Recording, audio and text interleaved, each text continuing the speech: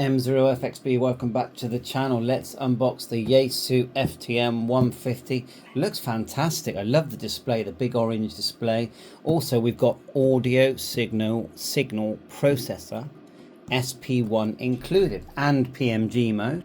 So we are going to do some comparisons with this in another video with the new ICOM 2730 with the black display, which is similarly priced. This one was about $325 delivered, and I think that one was, the Icon was as well. Let's get it out the box. It is full crossband. It also has the PMG function, a band scope. I haven't seen 220 megahertz, but let me know if the USA model has that. So let's get things out the box. Now I have got my FTM 500 here. Just quickly grab that a minute, plonk it here. I'm completely happy with this. So you'd say to yourself, well, why would a person, because it's obvious why I can have several radios, because I'm a blogger and I'm basically addicted to tech. No, but what I mean is that why would someone choose the 150 over the 510 is the new version? Because the 510's got APRS, it's got a nice color screen. Lovely color screen, as you can see, and C4 FM, dual receiver. Oh, it's so packed with features, it's unbelievable. And the head unit's actually a very similar size to the one we're going to look at, but the head unit you'll see completely takes up the whole screen. They've done away with the VFO that you're seeing here, which is funny. I'm surprised they even put it there. It always made me think, oh, are they planning on doing something else with this head unit, because it doesn't really fit with a dual band radio. But no, this is the flagship VHF, UHF, and also airband receiver as well. And so why would they go for this one? Because this is a nice basic unit. It's very like the traditional. I've got one in the background, 8900, 7900. It's got that nice, lovely orange display. And some people, they don't want all the bells and whistles, and who can blame them if they have no intention of using C4 FM? If they don't even, because some people don't even like digital communication, they don't consider that as proper radio, which is a nice little debate there that one could have. But there's your power cable. I mean, the box is in perfect condition. I got this from Moonraker, and they've packaged it really well, which to me is very important. A good seller, a good company that sells radios should always package radios where they get zero damage in transport. That's really important, If they're trying to save money on packaging, then that's not a good seller, in my opinion. So the same microphone that you will see with the FTM 500, very nice DTMF. The main unit there.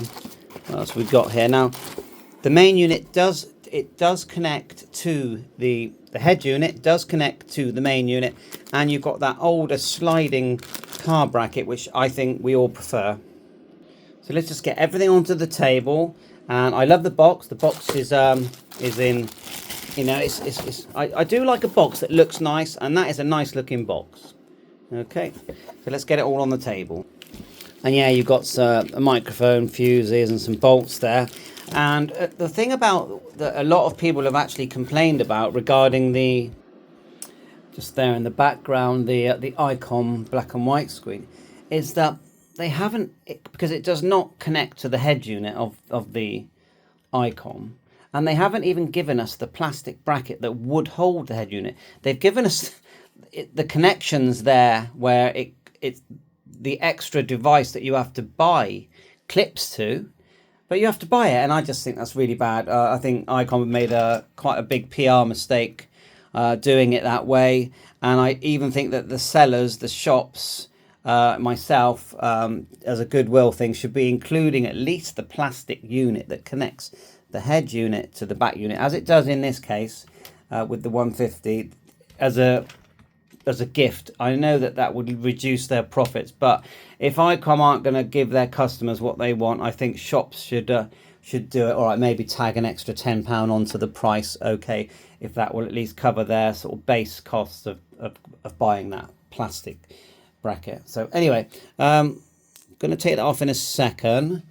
First impressions, wow, very nice indeed.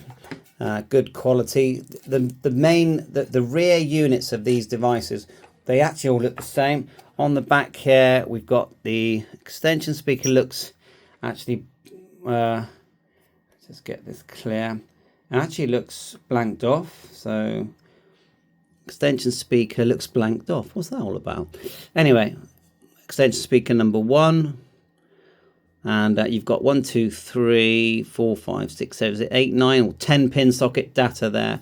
SO239 fan. We'll see how noisy that is. And these brackets just slide forward and back. They are very good. These car brackets. I think they're very good. I've got a few of them. And so you just push it down and it slides off like so. Just slides forward and back. And it's very, look at that. It's very user friendly. I don't know why they didn't release it with one of their previous models, but anyway. Okay, and the speaker quality is very good on these devices. I would say it's a really good manual. ADMS 17, I think, on this as well. So you've got, a very good free programming software. Just plonk that here. And just going to work out how we're going to position this. So they'll get the power cable connected. It's just a double pole one there. Got a few of them lying around already that I can use, and fused, of course, 15 amp. And I would say you need at least, because it's 55 watt radio, isn't it? So I would say you need, in my opinion, a 30 amp supply for this radio. The antenna I've got is a VHF UHF collinear sort of white stick antenna, and it's in the loft. So we'll get the antenna connector on there. Just plonk that on the back there. Like so, and it's a good antenna. Independent knobs for volume, channel change, on off, SDX, and there's an extra chip in there, and it's an advanced chip. So the SDX, which we'll be testing, is superior to the previous models. Band and scope shortcut there. PMG, which is going to be, which is on the 5100 and the 500. VFO memory, F shortcut, and long press menus, and then on off here. So let's get the power, and the microphone does plug into the head unit. And to get the head unit off, let's have a look. Oh yeah, there is a SD card slot as well, just here, and that's very handy for programming. And the head unit looks quite straightforward. Just press. Look at that. That's good. No problem. Then you've got an extra connector there inside for a microphone if you want to extend the head unit. For car operation, you can extend the head unit, put that nearer the front, and you can put the bass unit underneath your car seat. And like I said, there's a separate speaker in the head unit and the bass unit, and that gives you more flexibility regarding sorting out your audio. Because you've got the microphone, it's a full DTMF control microphone with programmable buttons. Because you've got that in head unit, then you can literally mount this on your dashboard, and it's going to look very nice. It's going to be a very neat little setup.